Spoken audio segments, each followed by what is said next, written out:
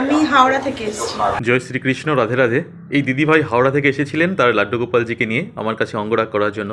অঙ্গরাগ complete হওয়ার পর লাড্ডু গোপালজিকে আমরা নিজেরাই পৌঁছে দিয়েছিলাম দিদিভাইয়ের হাতে। কারণ দিদিভাইয়ের যেদিন আমার বাড়িতে আসার কথা ছিল সেদিন আমার বাবার ডাক্তার দেখানোর ডেট ছিল অ্যাপোলো হসপিটালে।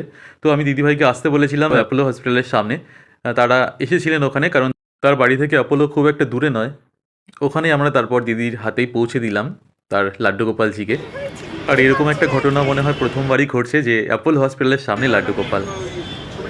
কেমন লেগেছে বলো দিদি? ভীষণ সুন্দর, মানে চিনতে পারছি না, সত্যি চিনতে পারছি। দারুণ হয়েছে, দারুণ, অপূর্ব।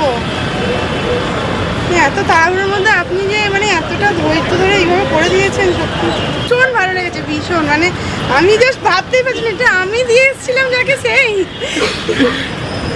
ভীষণ ভালো, খুব সুন্দর হয়েছে, খুব সুন্দর, মন ভরে গেল।